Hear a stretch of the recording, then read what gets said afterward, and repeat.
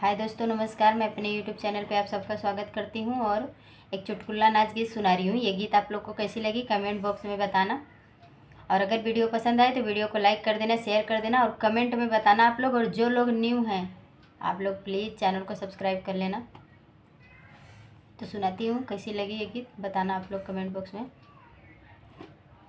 सैया मिलल बा शराबी दहिया गलले सखी, सैया मिलल बा शराबी दहिया गलले सखी, दहिया गलले सखी हो दहिया गलले सखी, दहिया गलले सखी हो दहिया गलले सखी, सैया मिलल बा शराबी दहिया गलले सखी, सैया मिलल बा शराबी दहिया गलले सखी।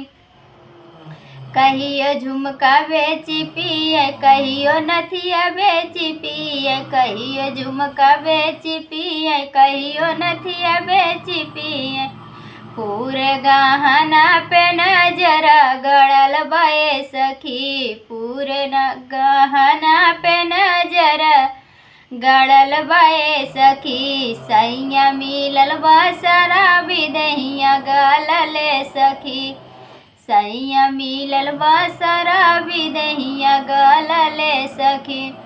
कहियो लोटो बेची पिए, कहियो थरिया बेची पिए, कहियो लोटा बेची पिए, कहियो थरिया बेची पिए, पूरे बर्तन पे नजर गड़ल बाए सखी, पूरे बर्तन पे नजर गड़ल बाए सखी, सैया मिलल बा शराबी दहिया गलले सखी, सैया मिलल बा शराबी दहिया गलले सखी, दहिया गलले सखी हो दहिया गलले सखी, सैया मिलल बा शराबी दहिया गलले सखी, सैया मिलल बा शराबी दहिया गलले सखी।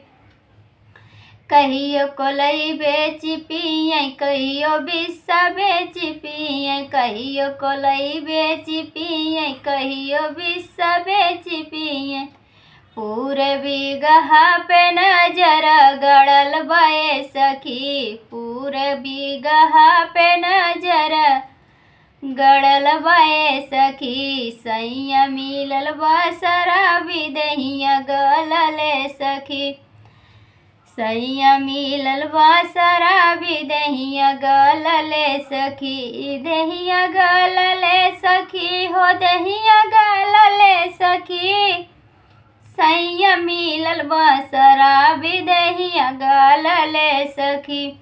तो कैसी लगी ये गीत कमेंट बॉक्स में आप लोग बताना। जो लोग नए हैं चैनल को सब्सक्राइब कर लेना प्लीज़।